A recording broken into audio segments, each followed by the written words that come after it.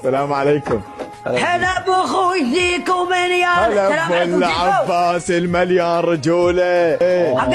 زيكو صعد فوق السطح كأنه بزونه. لا لك لا لك لا. تدري بزونه شنو عندنا يعني ببغداد؟ زيكو وعليك الله شلونها أيوش؟ والله الحمد لله. انت شلونك من العباس؟ اخبارك امورك صحتك عافيتك؟ بعدك خون أيوش؟ لا